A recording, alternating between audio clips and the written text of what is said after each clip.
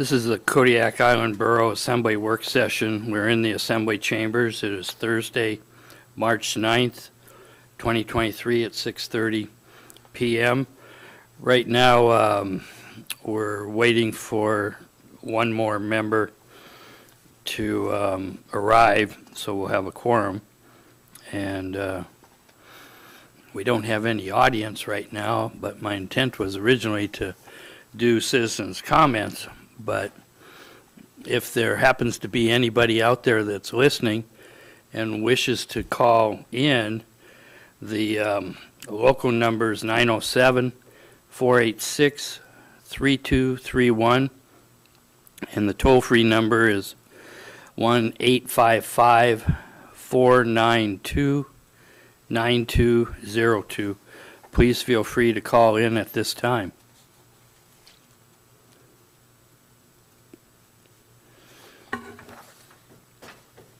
Let's see.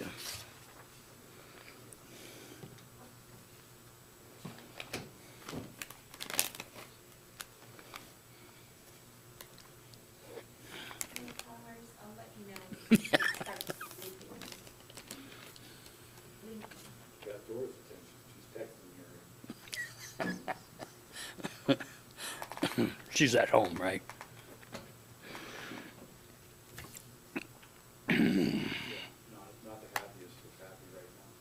How did her, 6 more weeks with the boot. I figured. What was she hoping for? She's hoping to be able to drive and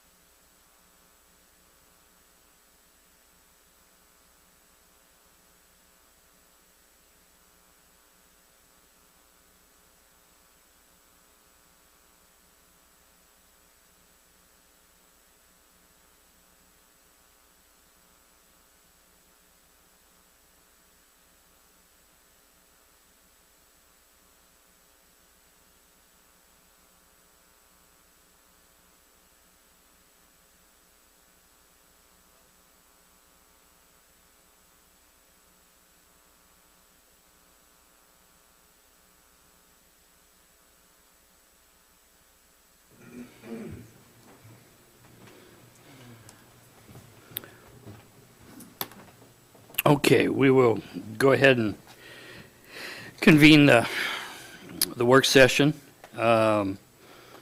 We basically put out a request for citizens' comments. Got no citizen comments here or call in from the numbers. So we'll move into the discussion items. First thing is, well, under the discussion items is discussion of Kodiak Island Borough seat on the Cook Inlet Regional Citizens Advisory Council, currently held by myself and expires this March 2023. So it's been a assembly appointment there. I'm interested in continuing. The first 2.5 years were COVID that I was on it, and it was the December annual conference.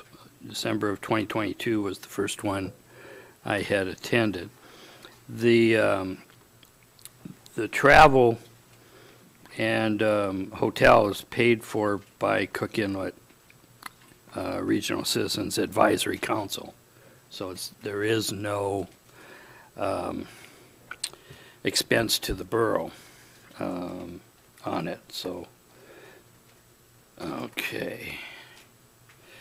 Nova, I have a notice here from Julie Kavanaugh that she's first in line but hasn't gotten through.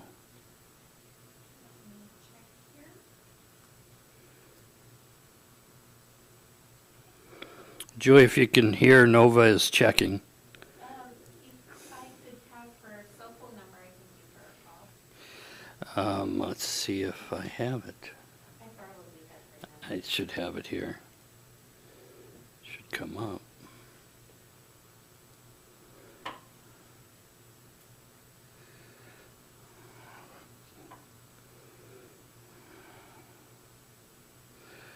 Nine 4-2-0058.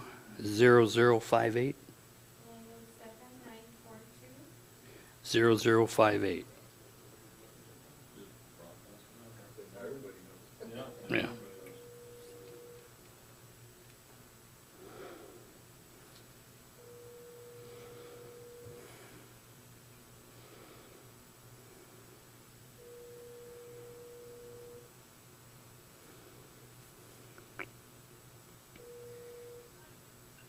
Hi, Julie. This is Nova. Hey, yeah, I'm not seeing it on the field here. But go ahead if you'd like to speak to the assembly. Okay. Thank you for that. My name is Julie Kavanaugh. I was calling tonight to speak about the hiring of the borough manager. And I would just like to request that either the application, credentials, or information about hiring the current potential applicant be available to the public so that they can have the opportunity to consider and weigh in on the hiring of that person. And I just want to kind of avoid the circumstances that the city is under where that information is not available to the public. So I would really appreciate if the borough would make sure or ensure that that information is available. Thank you. Thank you, Julie. Thank you. Okay. You don't show anyone else waiting there. Okay. So then back to the Cook Inlet Citizens Advisory thing. This is not a mayoral appointment, it's an assembly appointment on there. So for next week, like I said, I'm interested in continuing on there. So that's all I have. Any other discussion? Seeing none, we'll move on. Clerk's comments. Thank you, Mr. Arndt. I just want to remind everyone who has not filed their APOC yet to go ahead and do that. Their due date is on March 15, and that's all I have. Thank you. Thank you, Noah. Manager's comments? Yes, good evening and thank you. Today, today, the union negotiations began, and we have dates set for the next several weeks. We are making progress, so that was a good opening session. I was asked before Mayor Williams left, and also by Assembly Member Smiley, to give some information on the recent legal cases. And I have here in my manager's report that as far as the Canna trial was going, the closing, finding of facts and closing arguments were submitted on March the 3rd, and those were done in writing.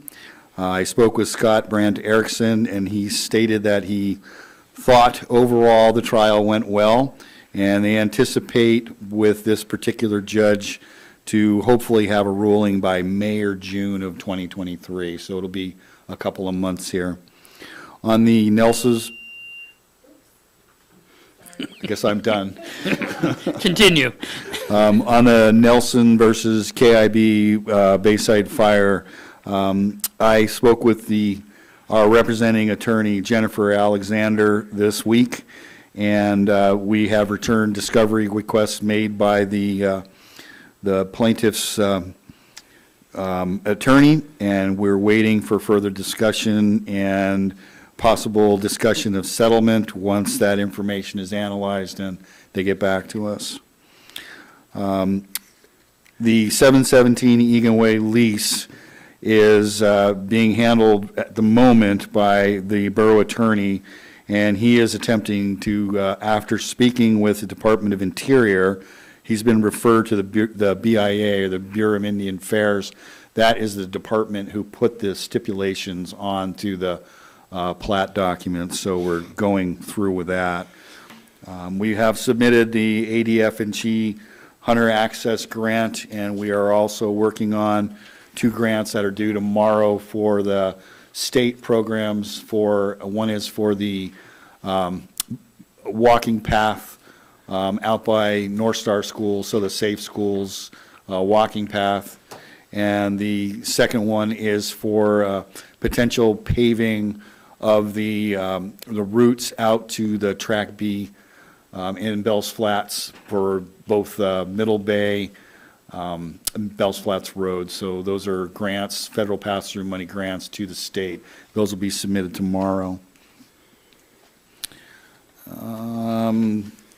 That's all. Basically, those are the highlights. I do have one thing that this is a bit unusual the way I'm doing this, but I gave you all, provide you all with a piece of paper, and it is about the approval of a transportation agreement to reimburse relocation expense. And this is for a person that has applied for the PC Tech 1 job. That was Mr. Ryan's former job. It's been empty now for 2 years. What I'm hoping is I can get a consensus that there'll be a positive affirmative vote next week so that we can offer this gentleman a job while he's still interested, and get a commitment with him. I will not do that, however, unless I get a consensus of the members present tonight. And I apologize, but this is the best way we could figure to kind of get this in so that this person doesn't take another job and we lose this opportunity. I'm happy to answer any questions. Thank you. Dave, what will happen is, right now, this isn't on the agenda. This will be placed on, it's your intent with Nova to place this on the agenda for next Thursday. That's correct. It's already in the action tracking software. And what I should also say is I'm making a request in amount not to exceed $4,800, which I don't anticipate expending that amount, but that's the maximum that would be allowable under the manager's authority for the actual offer of the position. So that's why I'm asking for that amount. Okay. As you know, we can't vote right now, but is there any objections? Seeing none, you have consensus tonight. Okay, we'll add it under other items on the agenda. Okay. Thank you. The Dave, you mentioned 2 grants that I didn't see it listed. One was the the Safe Schools one, which I was familiar with, that's kind of been in the works for a number of years. But what was the other one, Bells Flats? I believe it's under the TAP program through DOT. And what it is it's it would be for the repaving of Sergeant Creek Road section to Salmonberry Drive to Middle Bay Drive, and then also Bells Flats Road. It had been asked for in the past. This program came out, and we had some information on it. It also ties into the bridge grant, so it's working with South Coast, the same group of people, and we're hoping that we can get some money to do design and analysis, and where it would kind of coalesce is the fact that these roads all tie into Sergeant Creek and the two bridges that will be replaced in the future. Okay, thank you. Any other questions? Larry? This question is sort of related, but off track. Who owns the right-of-way to Sultry Cove? Is that a public access road? I believe that's DNR, Department of Natural Resources.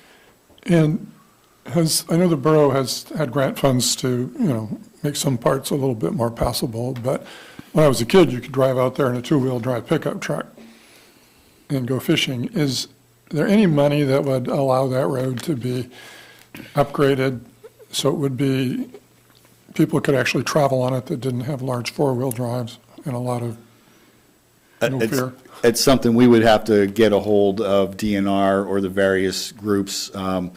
I don't think you'll ever see that kind of funds come from like the Hunter Access Program through ADF&G. Those grants are not normally that size.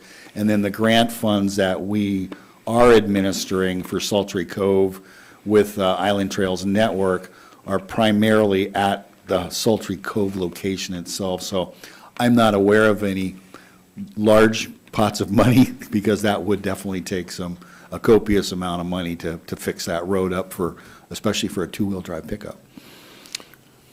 Well, it's just a quality of life issue. It's certainly a great place to go. Only part of our public can enjoy it. And part of, the vision that I have, if you will, is you look 5-10 years down the road and you nibble at things sometimes.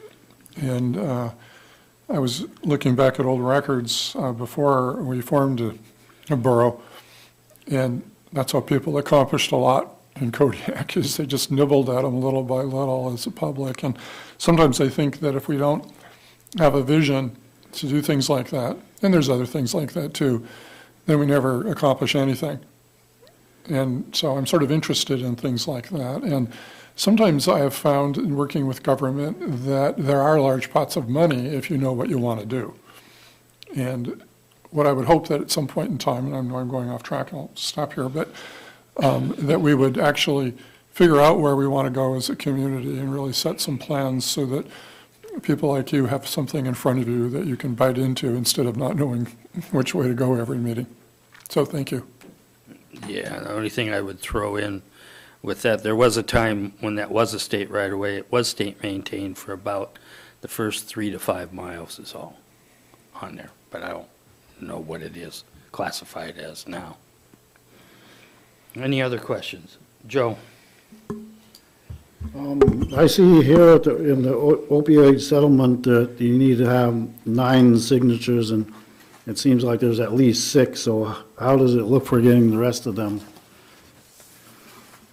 I would assume that you're going to see those signatures affixed by the other jurisdictions. This money is you're going to see this keep coming up as long as more and more settlements are made. Now I believe this batch that has been made is commercial retailers that distributed. So I think as the various, I'm going to say components that were used for the distribution of these meds, you're going to see more and more of this. I don't think this will be the last one.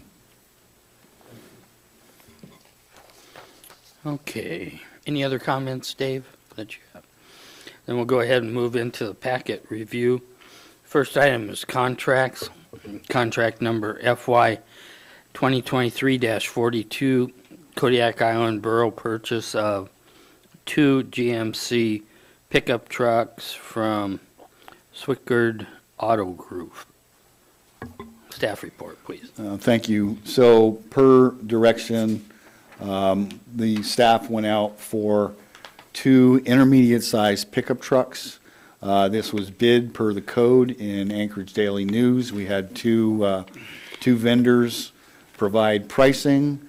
The Swickard Group is the one that was the apparent low bidder at $41,329 per vehicle. These vehicles are actually in Anchorage. And we're hoping that you will agree to authorize this procurement. Any questions? Okay, moving on. Next item is contract number FY 2023-43. It's appointment contract between the Kodiak Island Borough Assembly and Amy Williams as Borough Manager. Nova, do you have any report you'd like to give? Thank you, Mr. Arndt. The Borough Manager position has been vacant since June 21, 2022, and the process of hiring for the Kodiak Island Borough Manager started in July 2022. The KIB has advertised for this position and interviewed several candidates. At least one offer was made and was declined by that candidate. On February 27, 2023, the Assembly unanimously appointed Ms. Amy Williams as Borough Manager and directed Assembly members Smiley and Arndt to negotiate a contract which is attached to this packet. The contract that is attached to this packet was also reviewed by the attorney. And that's all I have. Thank you. Okay. Any questions? Oh, you haven't yet? Okay, well, it'll be next week on there, so. You may need to refresh Okay. Next item is resolutions. Resolution number 2023-26, agreeing to accept additional opioid settlement revenues negotiated by the state of Alaska. Staff report, please. Yes, we have been tracking the opioid settlements. This will be, again, like I stated earlier, this will be the authorization for the attorney and the borough manager to accept the next round of settlements when they come out. I believe it's sometime end of April, if I'm not mistaken, is what it was projected as. So this is just trying to get ahead of and having resolutions available ready for that acceptance. And we have been having our borough attorney who's monitoring the progress on this and also interacting with AML when the various questions are and information is coming out. Thank you. Any questions? Seeing none, move on. Ordinances for introduction. Ordinance number FY 2023-13, amending Kodiak Island Borough Title 17 zoning, Chapter 180 signs, Section 17.180.010 signs, description and intent to require zoning compliance permits for certain signs. Staff report, please. Good evening. So this is the ordinance that came to you and then was pulled to go back to the Planning and Zoning Commission. The commission approved it and did okay it to come before you guys at their special meeting on February 22nd, 2023. It is just to make a zoning compliance permit required for not all signs, but just signs that need either a conditional use permit, a zoning compliance, or a building permit. And zoning compliance are needed for the building code. It says that you have to have a zoning compliance form in order to get a building permit. So we're just trying to marry them up so that everything is cohesive. and keep Scott Smiley young, because he said that code changes are the only thing that he lives for some days. Thank you, Seema. Any questions? Thank you. The next ordinance for introduction is ordinance number FY 2023-15, amending Title 7 Elections, Chapter 7.40, Canvassing and Certification of Election Returns, Section 7.40.010, Canvass of Returns. Staff report, Nova? Thank you, Mr. Arndt, members of the Assembly.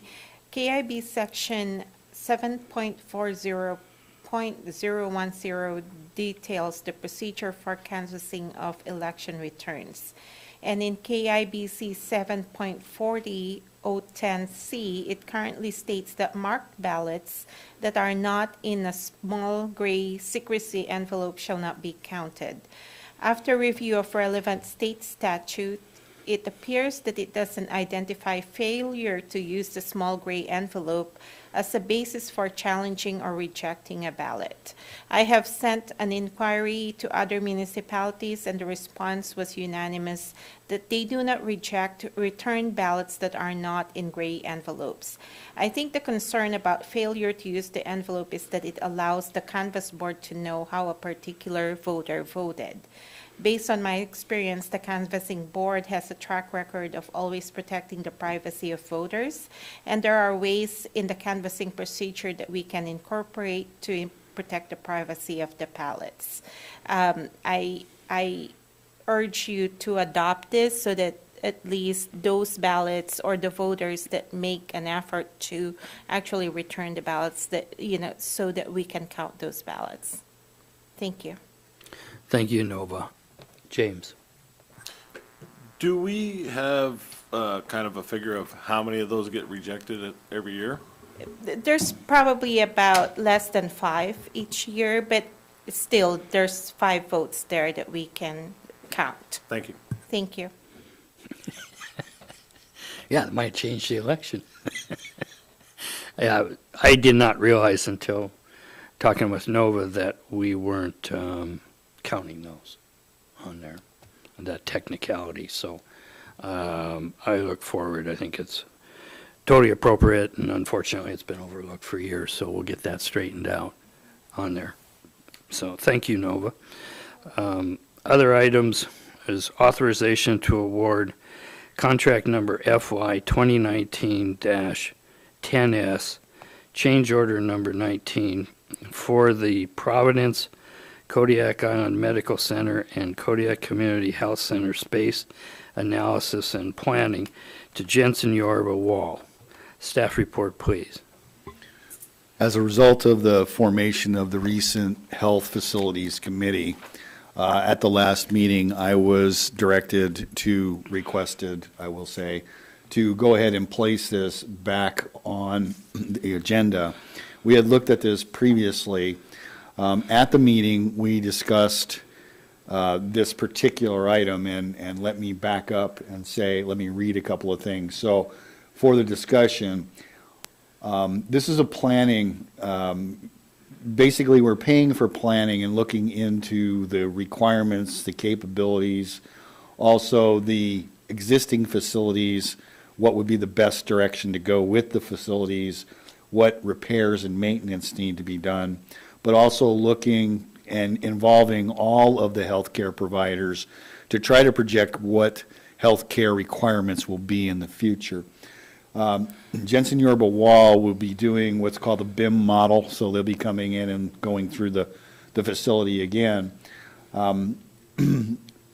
Looking at, again, the national standards and trends, where it's going, but they're proposing on this document, and let me find the correct contractor, they are proposing to also utilize DLR Group out of, I believe they're out of Washington or Oregon. Providence is very familiar with these folks as a planning, and this is not like a couple of guys coming up and walking around the facility. This is an in-depth talking to the staff that's existing, talking to Providence as, the Alaska region, trying to get anticipation of what is the best usage of this space. Do we look at confirming that we want to look at tearing down the original two portions of the facility rather than trying to invest in that? So sometimes, and I'm going to borrow Carl Hertz's phrase from this meeting, is that this is kind of the way government works, in that you need to perhaps sometimes spend a little money to study things. And this will also stimulate some public involvement, because up until this point, we really haven't had a lot of input from the public as to what they believe the future of healthcare, what they're going to need as well. So this is a concerted effort to answer all those questions. At the same time, it also fits into the fact that we have been promoting the KCHC to go out and look for funding to potentially enlarge that facility if possible. So it's kind of the concerted effort is coming together, and all of the parties involved are for this. At this point, we're looking at the borough being the contributor and funding this particular study. Any other questions? I've got a question, Dave. I haven't gone through, it's almost 200 pages, and I haven't made it through everything here. But I'm not reading into, one of the things that we were talking about last week at the facilities committee was kind of a community needs assessment for the entire island. That's not in here. And I think we need to have that before, because this keeps speaking to establish an in-depth understanding of the current state of basically the hospital and the clinic on there. And it talks about talking to existing staff and stuff like that. I'm not reading into the items here of basically doing a full-blown study of the community needs, which includes CANA on there. So, and then also in going through it, the quotes on here are a year old. All the information here is a year old. So I'm thinking that hasn't been included in here at this point. So the quotes are a year old, and I've been told that that shouldn't vary that much in that year. Obviously, the Gantt chart that's in there that shows you it's going to be done in April of this year or something like that, obviously is not going to occur. So we resurrected this. We had it before you before. It took no action on it. There will be community engagement. They are going to be talking to all of the Coast Guard, the CANA, all of the healthcare providers. Okay, but like I said, I'm not seeing that. Well, it's kind of veiled in that they talk about interviews and understand staff, administration, community perspectives, and then it goes on to finalize conceptual design and master plan. And I think the master plan is where that all gets grouped together. And they are not only looking, obviously, we're specifically interested in the facilities we own, but we also need to look at what the capabilities of the other providers are. And what the needs. And what, well, yeah, and they're looking at projecting the needs, and just realize that, crystal balls are only so good. Right, but I'm not quite reading the same thing you are into it.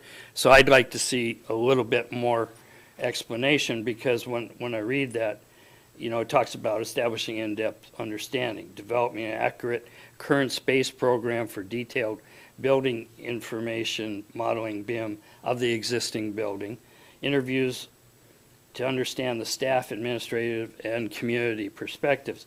That doesn't, to me, speak to the Coast Guard, and CANA. Development of current operations assessment based on national standards, blah, blah, blah. But anyway, I want to see it be all-encompassing, and I'm not quite reading that into this. So that's part of my concern. And so I'm just making you aware of some of my concerns. Maybe we can somehow address that between now and next Thursday. I on will there. call the architect tomorrow. Okay, because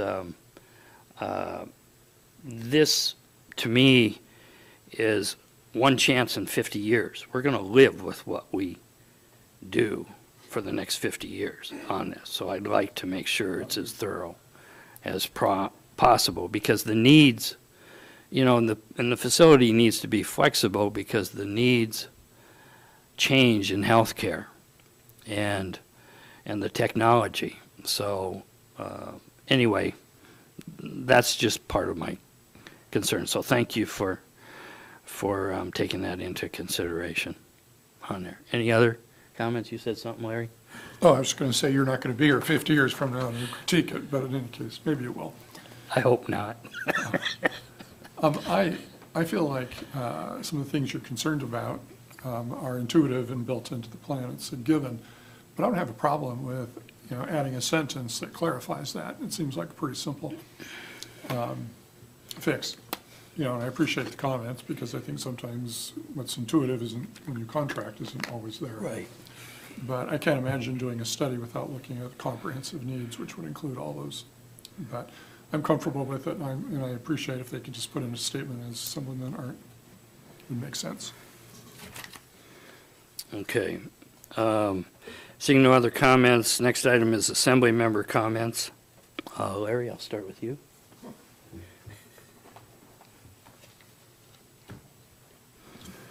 I apologize to the assembly and the waiting public for being late. I had a memorial service that was scheduled yesterday that I had to be a part of, so. First off, I do appreciate the manager reports. I think they're comprehensive and they provide a good picture of what's going on. I do want to thank Seema for all that she's doing for us, and a very difficult job. I too saw my assessments, I think, went up. My wife sort of keeps track of all that, but it is what it is. And I understand the law, and I appreciate you're in a difficult position, and I want you to know that you have my support. One of the questions I had during comments is basically, if people are wanting to appeal and it has to go through a process, and some of the comments are that it's complicated, you may have to get an appraisal, that kind of thing. And given, if you have a lot of them, is 30 days enough time for the department, given all that you do, to be able to process appeals in a timely manner? Can I answer? Yes. So we don't necessarily ask for an appraisal. You can get a market analysis from a realtor, which is cheaper for most people. And then if they do hold out for an appraisal, then it would not reflect until next year's notice. A lot of times, if it's a sale, they will bring in the appraisal that they bought the property on, and that will, appease for that, or their closing statement showing what they paid and what their down payment was. And as I understand the process, if somebody does appeal, it goes before a group to make that decision, or do you make that decision? So first, we're in the appeal process right now. So you would come and talk with one of the appraisers or myself, and we would sit down and tell you why it went up. What was it? Because we came out and measured, and you put a new deck on, and it might not have been permitted, or, there was something that showed that we increased the value because of an improvement change, not necessarily just the market. Or we would say, okay, it is a market analysis, and so the market went up, so we are mandated 100% true and true value. So we have to be the full and true value as if the property had sold or could sell, that would be the very most it would make. And that's a state mandate, it's not a guideline.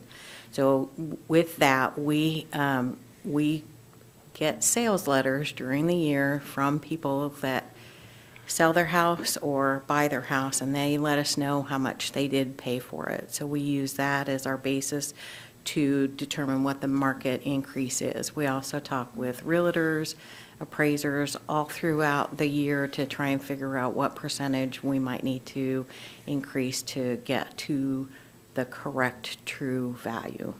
And then when they come in, they can, if they decide that, oh, we want you to come back out because we think you've measured wrong, or you have the condition wrong, or there's something up, a structural damage or something like that, they can bring us cost estimates, and we will adjust, not dollar for dollar, but a percentage. Those adjustments we don't keep on forever either, and that's part of some of the, if somebody had a roof problem, deferred maintenance is up to the taxpayer. You have to fix your roof just like I have to fix mine, so the rest of the taxpayers don't pay for your roof being bad and you not fixing it. So we do take that stuff into consideration. Those adjustments go on and off. We'll put it on for deferred maintenance for a year, and then it comes off because, so that might be the increase in your value the next year. So there's different things that you can talk to an appraiser about. We can make sure that we are all sitting in the right place and that everybody understands what's going on. If at that point you still don't believe that your value is correct, that we are overvaluing you, undervaluing you, whatever it is, you can come to us and get a form to go to the Board of Equalization, which meets on the first Monday in May. And then that is the group of peers that listens to both my assessment and to the appellant, I guess you would say, would bring in evidence. Well, they have to bring it in before, but the group of peers would then decide whose value is correct. Does it need to be lowered? Do they stay with the assessed value? Just one other. The reason I ask these questions is there appears to be confusion in the community, and whenever that happens, then the loudest voice seems to speak. Is there any way that we could purchase a pamphlet or put something together that sort of lays out, and maybe this is already there because I've never done this myself, but something that sort of lays out what you just said in a form that people can understand, so if they do want to challenge an assessment, they would be able to just see what the steps are, and there wouldn't be so much fear and about, asking questions about it. I believe in 2012, we did put out something called the Citizen's Guide to Assessments. I want to say that that's still on the website. We usually keep it out there all year long.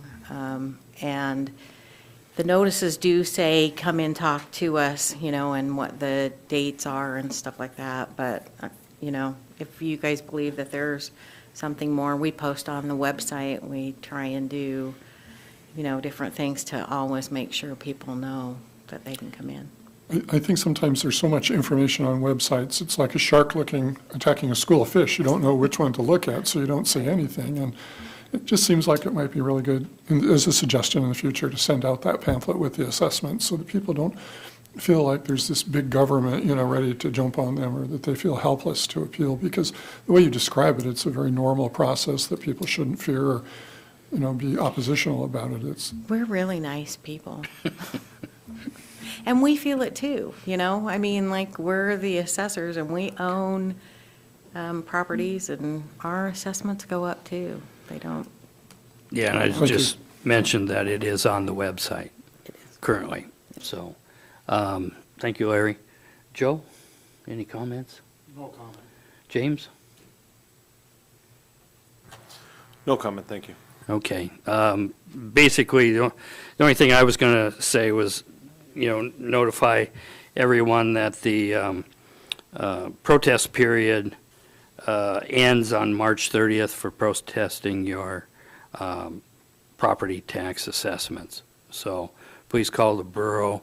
In regards to part of what Larry was saying, the only other thing I can think that might help is a short front page news story in the Kodiak Daily Mirror as to just the procedure on there. Okay, I'll let you guys work that out. The other thing that Dave just mentioned, and Dave, I'll let you fill us in on the East Gym. I neglected to mention it during manager's comments, but the repairs have been completed at East Gym. I believe that the school district is in the process of cleaning it, and that should be reopened momentarily. Thank you. I don't have any other further comments, so we'll go ahead and at this time adjourn the work session. Thank you all for attending. Good night.